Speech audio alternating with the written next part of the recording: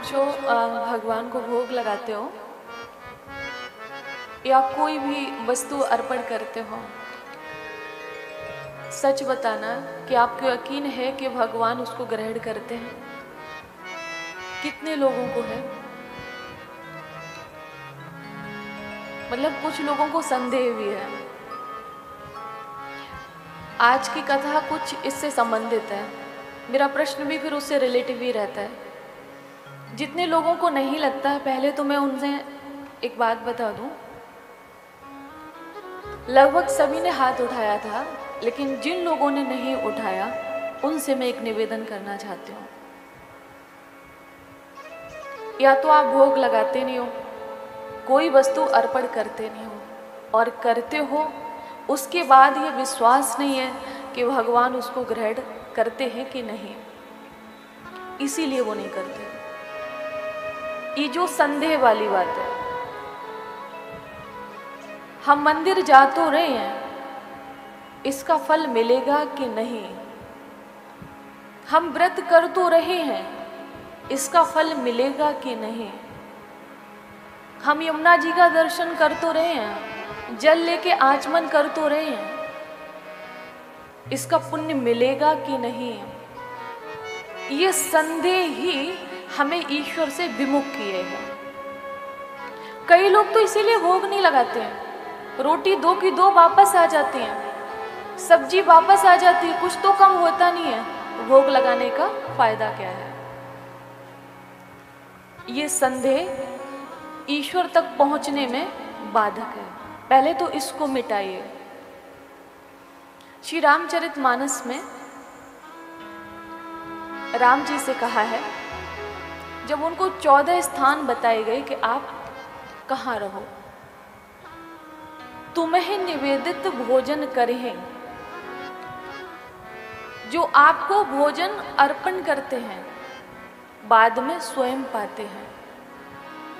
और भोजन ही नहीं, वस्त्र और आभूषण। जो लोग हम वस्त्र लेने जाते हैं मार्केट में, भगवान को अर्पण करते हो कि पहले आप पहनते हो? बताओ क्या जाता है? 5 मिनट के लिए भगवान के चरणों में रख दो, पहनना तो आपको ही है। क्या जाता है? कहते हैं कि जो आपको भोग लगा के भोजन करते हैं और आपको वस्त्र आभूषण पहनाकर फिर स्वयं पहनते हैं, आप उनके हृदय में रहिए। 14 स्थानों में एक स्थान ये आया है। अब जिनको विश्वास ही नहीं है कि हमने ईश्वर को अर्पण किया, उन्होंने इस भाव को ग्रहण किया है, तो वो करेंगे नहीं, क्योंकि वो संदेह में है। तो पहले तो इस संदेह को मिटाइए। भगवान कहते हैं सुदामा जी से कि जो मुझे प्रेम से अर्पण करता है, पत्रम पुष्पम फलम तोयम, शर्त बस एक ही है, यो में भक्त्या प्रयच्छति, उसे मैं ग्रहण करता हूं। और इतना ही, अभी तक बात खत्म नहीं हुई है भगवान की। कहा कि सुदामा जी, जो प्रेम से अर्पण करता है, मैं इसमें से कोई भी वस्तु अश्नामी, उसे मैं स्वयं ग्रहण करता हूं, उसमें से किसी को नहीं देता हूं। उदाहरण के लिए आप लोग ध्यान दीजिएगा, जैसे आपको कोई उपहार दे, आपको कोई उपहार दे, तो जो आपको पसंद होता है, जो आपको प्यार से देता है, जो आपको भाव से देता है, उसे आप ग्रहण करते हो, अपने पास रखते हो। और जिसमें देने वाले का भाव न हो, देने वाले का प्यार समाहित न हो, उस उपहार का आप क्या करते हो? जवाब दे दो।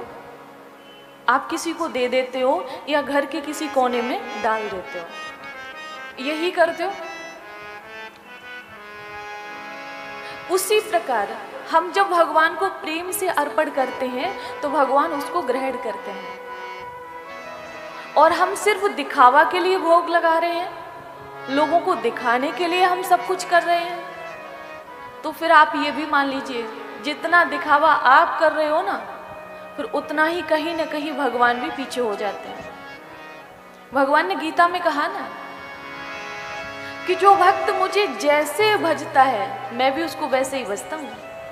अगर कोई आर्त भाव से हमें पुकारता है कि जब मुसीबत आई तब पुकारा, तो ठीक है, उतनी देर उसका काम कर देता हूँ। और जो दिन रात हमें पुकारता है, मैं तेरा हूं, जो समस्या आई है मेरे ऊपर उसका हरण करो, मैं तेरा हूं। और अगर नहीं भी करोगे तो मैं किसी और के दर पे नहीं जाऊंगा, रहूंगा तेरे ही दर पे। अब जब आप दरबार छोड़ोगे नहीं, भगवान के चरणों को छोड़ोगे नहीं, तो क्या भगवान आपको उठाकर फेंक देंगे? आपकी सहायता करेंगे। ये क्या होता है? एक भरोसा, एक निष्ठा, एक आस्था, एक विश्वास। आप 10 दरवाजे पे जाइए, 10 लोगों से कहिए, तो एक के पास गए, फिर उसके दूसरे के पास गए, फिर तीसरे के पास गए, तो हर एक व्यक्ति ये सोचेगा अभी ये मेरे पास आया, अभी उसके पास आया, अब उसके पास आया। अब देखते हैं कि इसकी मदद कौन करता है, देखते हैं इसकी सहायता कौन करता है।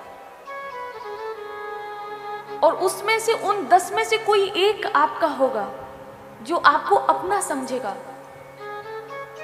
वो उसको ये लगेगा पहले इनको आजमा लेने दो, उसके बाद करेंगे तो, क्योंकि मेरा है, करेंगे तो, लेकिन पहले इन्हें आजमा लेने दो, क्योंकि इन्हें हम पे भरोसा नहीं है। मैं सच बोल रही हूं। इसी तरह मैं कहती हूं, प्रणाम सबको करो, मस्तक सब जगह झुकाओ।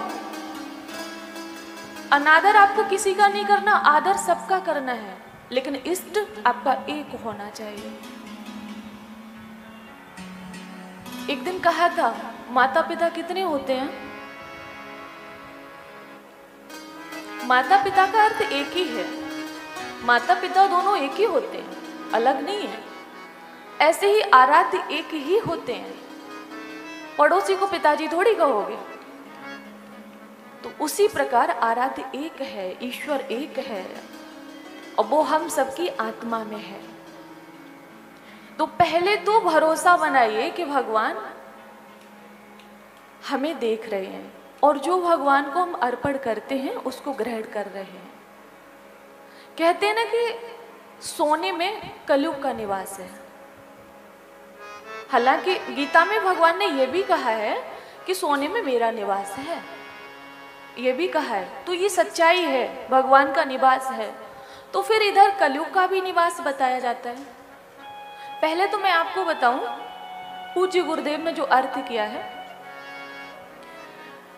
द्यूतम पानम स्त्रिया सूना, 4 स्थान कलयुग को दिए थे। जुआ, मदिरापान, वैश्यावृत्ति और हिंसा। 5वां स्थान स्वर्ण में नहीं दिया था, मैं आपको बताऊंगी, ध्यान से सुनिएगा। उस समय जो रुपए होते थे ना, ये जैसे अभी चल रहे हैं, अभी किसका चल रहा है बताओ? चांदी, लोहा, क्या है? ऐसे ही उस समय स्वर्ण के पैसे चलते थे, स्वर्ण के। तो धन में दिया था, तो उसमें निवास दिया था, इसलिए हम कहते हैं कि सोने में कलयुग का निवास है। तो अब इसका समाधान क्या है? तो समाधान ये है, अगर सोने में कलयुग का निवास है तो क्या करना है कि जो वस्तु हम भगवान को अर्पण करते हैं वो क्या बन जाती है? बोलो, प्रसाद बन जाती है। और प्रसाद दुख का हरण करता है, प्रसाद शांति प्रदान करता है। जैसे अभी आप मार्केट से क्या कहते हो? जब केले लिए, केले दे दो, सेब दे दो। और वही केले सेब जब भगवान के चरणों में अर्पण करते हो, उसके बाद वहां से लेकर जब आपस में बांटते हो तो प्रसाद ले लो, प्रसाद ले लो, ये कहते हो। क्योंकि फिर वो केले नहीं है, सेब नहीं है, फिर वो प्रसाद है। उसी प्रकार जब आप वस्त्र, ये जो सोना चांदी जितना लाते हो मार्केट से, पहले भगवान को अर्पण करोगे, बाद में स्वयं पहनोगे, फिर उसमें कलयुग का निवास नहीं रहता है, फिर वो प्रसाद बन गया। चाहे वो खाने का हो या पहनने का हो, फिर वो प्रसाद हो गया, फिर उसमें प्रभु की कृपा बरसने लगेगी।